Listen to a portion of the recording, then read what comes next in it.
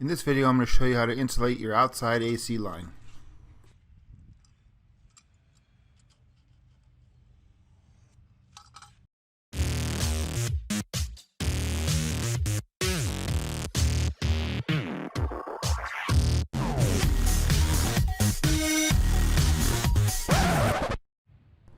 In a previous video, I showed you how to get your AC ready for summer, and my line set needed to be re-insulated. So in this video, I'm going to show you how I do that. My insulation was weathered and stuck to the pipe, making it difficult to remove, so I used a utility knife to cut it off.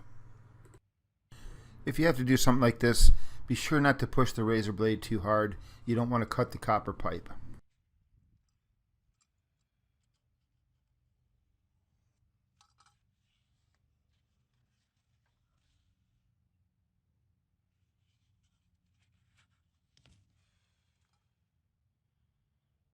So I'm going to use spray foam to close the opening on the brick. I'm going to pull some of this back so I can get most of the insulation off the pipe. You shouldn't use spray foam for the penetration into the house. A good urethane caulk would be better. The low voltage lines for the thermostat are coming through here as well, so you have to be very careful not to cut them if you're using a razor blade. Now I'm ready to re-insulate. I'm using a rubber foam type insulation that you can get from Menards or Home Depot. The seams are glued, so when you pull back the tape, it glues the seam together. First thing you have to do is determine what size the copper line is you're going to wrap. The copper line I have is 1/2 inch. So what I'm looking for is 1/2 inch rubber pipe insulation for HVAC applications. This insulation comes in 1/2 inch, 3/4, and 1 inch. If you're not sure, buy them both and take back the one you don't use. Unless you have a huge home with a large AC unit, it most probably will be 1/2 inch, maybe 3/4. The proper size insulation is important. You don't want the insulation too big and loose fitting on the pipe, but you also want to make sure it covers and seals the entire line. I start by trimming the end as needed to fit snugly against the house.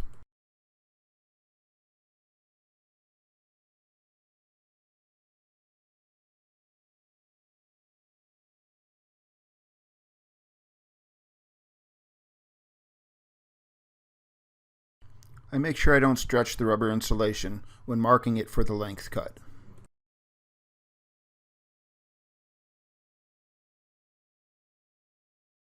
Because it's too sharp of an angle, I'm going to cut the insulation at a 45-degree angle to go around the 90-degree fitting. If I didn't cut the angle and just wrap the insulation around the fitting, the insulation would kink up on the inside of the bend and I wouldn't get a proper seal. Now I'm going to cut the other side of the angle. I'm using regular household scissors to cut the rubber insulation. Just like I don't want to stretch the insulation, I also don't want to squeeze it or force it into place either. So I'm going to take the time to trim it properly.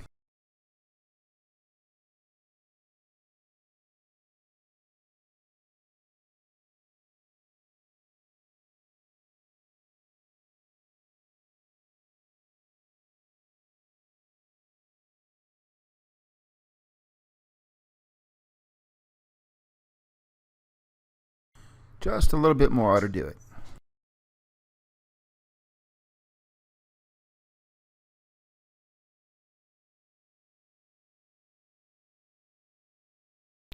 Once I'm happy with the fit, I can start pulling back the plastic for the adhesive. Pull back the plastic while the insulation is in place. Once I pull the plastic back, I squeeze the insulation to seal the seam.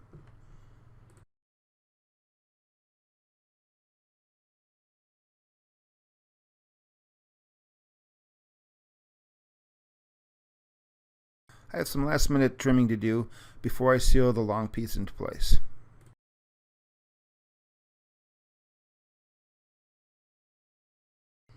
You want to make sure everything fits before pulling the plastic back and the seam glues together.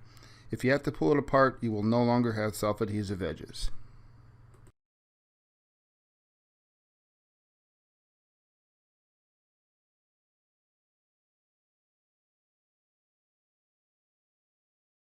Now that I'm happy with the fit, I can pull the plastic off and seal this side as well.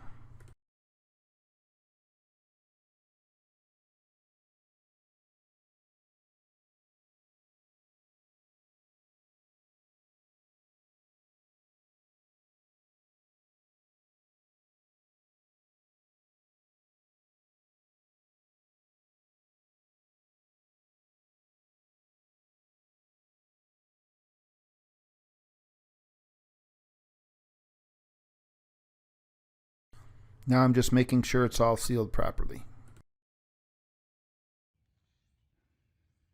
Now I'm going to take electrical tape and seal the miter seam.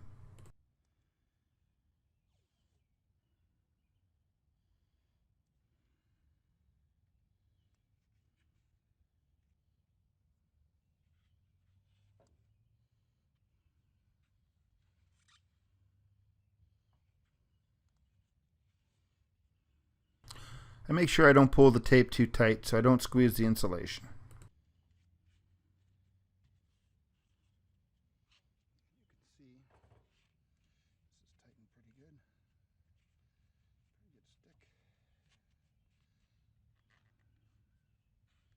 Here I'm just making sure all the edges are glued together.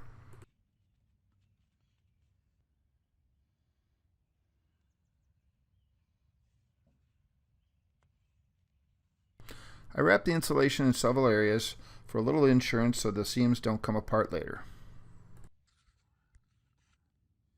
Having the line insulated properly will help keep the refrigerant colder and keep it from sweating.